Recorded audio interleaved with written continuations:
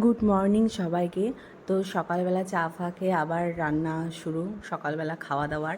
তো আজকে কিন্তু এটা আমি বানাচ্ছি না, আমার বর বানাচ্ছে। তো ম্যাগি তো অনেক রকমের খেয়ে থাকি, তো আজকে বানানো হবে চিজ ম্যাগি। তো ফার্স্টে দেখো ম্যাগিটা তেলের মধ্যে ভালো করে ভেজে নেওয়া হয়েছে, আর বাদামগুলোও ভেজে নেওয়া হয়েছে ভালো করে। তেল আমরা তো সিদ্ধ করি, নর্মাল ভেজে নেওয়া হয়েছে, আর বাদাম টাদাম একবারে দিয়ে দেওয়া হয়েছে। দিয়ে গরম জল দিয়ে দেওয়া হলো, আর এখানে ম্যাগি মশলা দেওয়া হলো 2 প্যাকেট। এরকমভাবে আমি কোনো দিন খাইনি, এমনি চিজ ম্যাগি তো খেয়েছি দোকানে, কিন্তু বাড়িতে বানাই এরকম করে খাইনি। এই যে ম্যাগিটা ফুটে গেছে, এখন সেদ্ধ হয়ে গেছে, কারণ এটা সেদ্ধ হতে একটু বেশি টাইম লাগবে।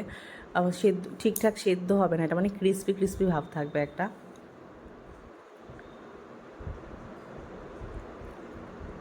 এই পর্যায়ে যে চিজ স্লাইস দিয়ে দেওয়া হলো,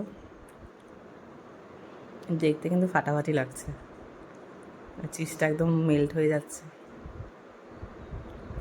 চিজটার জন্য এটা বেশি ভালো লাগে খেতে, একদম চিজটা পুরো মেল্ট হয়ে যাচ্ছে একদম। তো আছে সকালবেলার ব্রেকফাস্ট হলো বরের হাতের চিজ ম্যাগি, আর খেতে কিন্তু ফাটাফাটি হয়েছিল। তোমরা যারা খাওনি একবার ট্রাই করতে পারো, হেব্বি ছিল।